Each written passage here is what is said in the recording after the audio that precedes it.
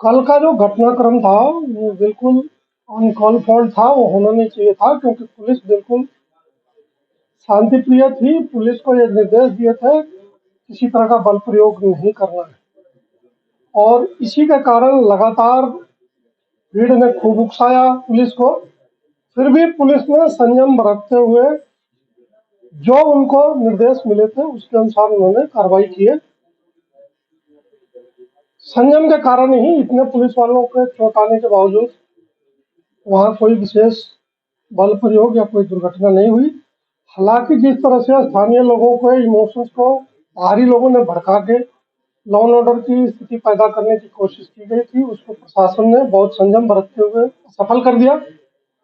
मैं जिला प्रशासन की और जो स्थानीय पुलिस प्रशासन है, इनका जो कल संयम बरता है उसकी बहुत बहुत प्रशंसा करता हूँ मैं। आज मैं सुबह जो हमारे जवान और अधिकारी घायल हुए थे उनसे मिल के आया था। सबकी स्थिति ठीक है, एक दो को चोट ज्यादा आई है, दो एक लोगों को फ्रैक्चर है, कुछ लोगों को माथे में चोट है, तो उनका इलाज सही चल रहा है।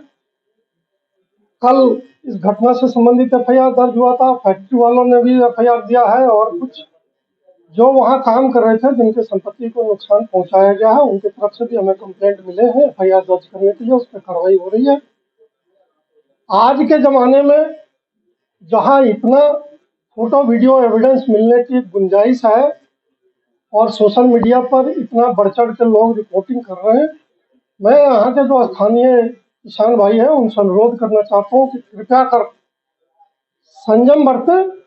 अगर उनको अपनी कोई बात रखनी है वो जरूर डेमोक्रेटिक तरीके से रखें, लेकिन कोई भी कानून तोड़ने की कोशिश नहीं करें। अन्यथा जो नया कानून है उसमें फोटो एविडेंस का बहुत ज्यादा वैल्यू है, और बहुत सारे लोग ऐसे कैमरों में कैद हुए हैं जो पत्थर फेंक रहे हैं या कुछ कानून तोड़ने की कोशिश कर रहे हैं। तो ऐसे मौकों पे पुलिस के पास भी बहुत सीमित ऑप्शन रहता है, तो वो कोई भी कानून हाथ में लेने के पहले सोचे।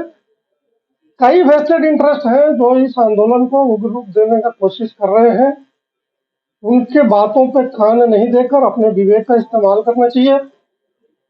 जहां तक मैं एक बाहरी व्यक्ति हूँ, जहां तक मैं जानता हूँ कि अगर कोई भी इथेनॉल प्लांट कहीं भी लगता है तो सबसे ज्यादा स्थानीय किसान वर्ग है वो इससे लाभ अर्जित करता है, क्योंकि पूरा फैक्ट्री का जो रॉ मटेरियल है वो किसानों के प्रोड्यूस पर ही निर्भर करता है।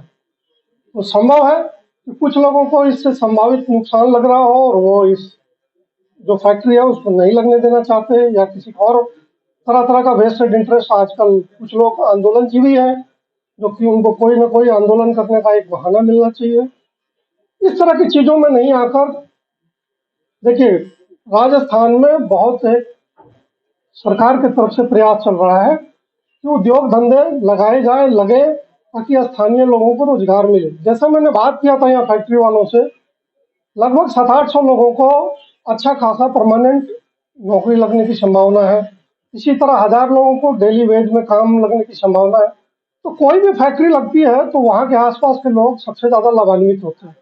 तो जो भी किसान भाई है वो सभी तथ्यों पर विचार करने के बाद इससे क्या उनके इलाके में बेहतरी हो सकती है उसको भी देखें, और अगर उनके मन में कोई शंका है तो उसके समाधान करने की भी कोशिश करें।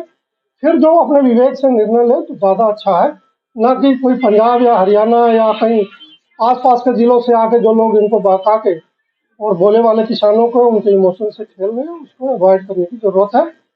अभी जो आप पूछ रहे हैं कि भावी क्या योजना है, तो भावी योजना तो यह है कि अभी सब जगह शांति है, फैक्ट्री का काम तो अभी कुछ चल नहीं रहा है, तो इसलिए किसी के कोई उग्र होने का सवाल नहीं होता। जो हमारी सूचना है उसमें 200-250 जो धर्नार्थी है वो इकट्ठा हुए थे। गुरु स्थानीय जो गुरुद्वारा है वहाँ वहाँ उनकी मीटिंग हुई है, उन्होंने बातचीत की इच्छा जताई थी, तो जिला कलेक्टर महोदय के साथ उनकी वार्ता शायद चल रही होगी, जहाँ मैं तब अंदाजा लगाता हूँ। और हमारे यहाँ चूंकि इसमें नियमानुसार अनुसंधान मुकदमे का, क्योंकि जनप्रतिनिधियों के नाम आए हैं तो उस हिसाब से सीआईडी के अधिकारी उसका अनुसंधान कर रहे हैं। तो सारे फोटो वीडियो एविडेंस है वो उनको उपलब्ध कराया जा रहा है, आगे की अनुसंधान की कार्रवाई चल रही है।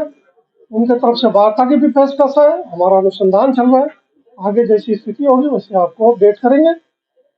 हमारे तरफ से एहतियातन सारे वो कदम उठाए जा रहे हैं जिससे आसपास की यातायात की व्यवस्था बिगड़े।